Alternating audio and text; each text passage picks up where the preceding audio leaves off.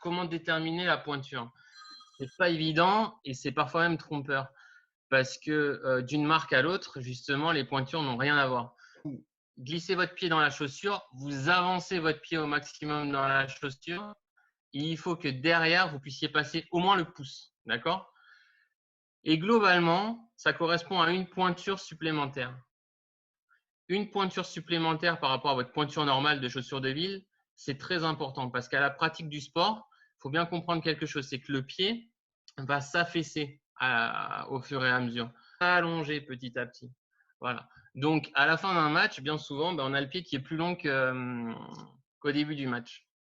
Aussi penser à essayer ses chaussures avec des chaussettes de foot, ça c'est important.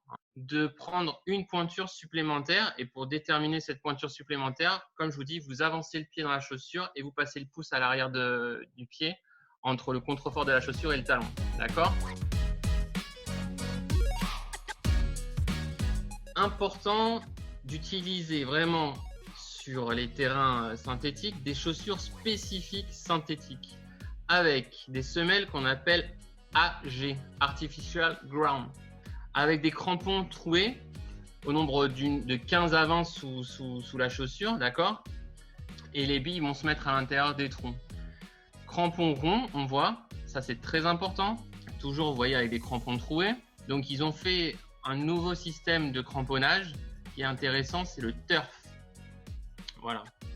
Ça, c'est des chaussures aussi spécifiques au synthétique. D'accord? On a aussi des chaussures hybrides. Alors là, c'est le top. Vous voyez, avec du turf et des crampons troués.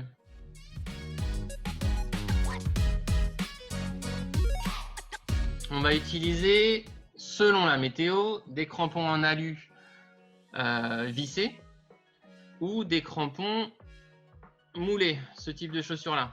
Je préfère, comme je vous dis, toujours les crampons ronds plutôt que les chaussures à lamelles. Voilà. Les lamelles, en fait, vont vous bloquer le pied et ces changements de direction vont être assurés par des rotations de la jambe. Et s'il y a des mauvaises rotations, ça entraîne quoi? Des entorses.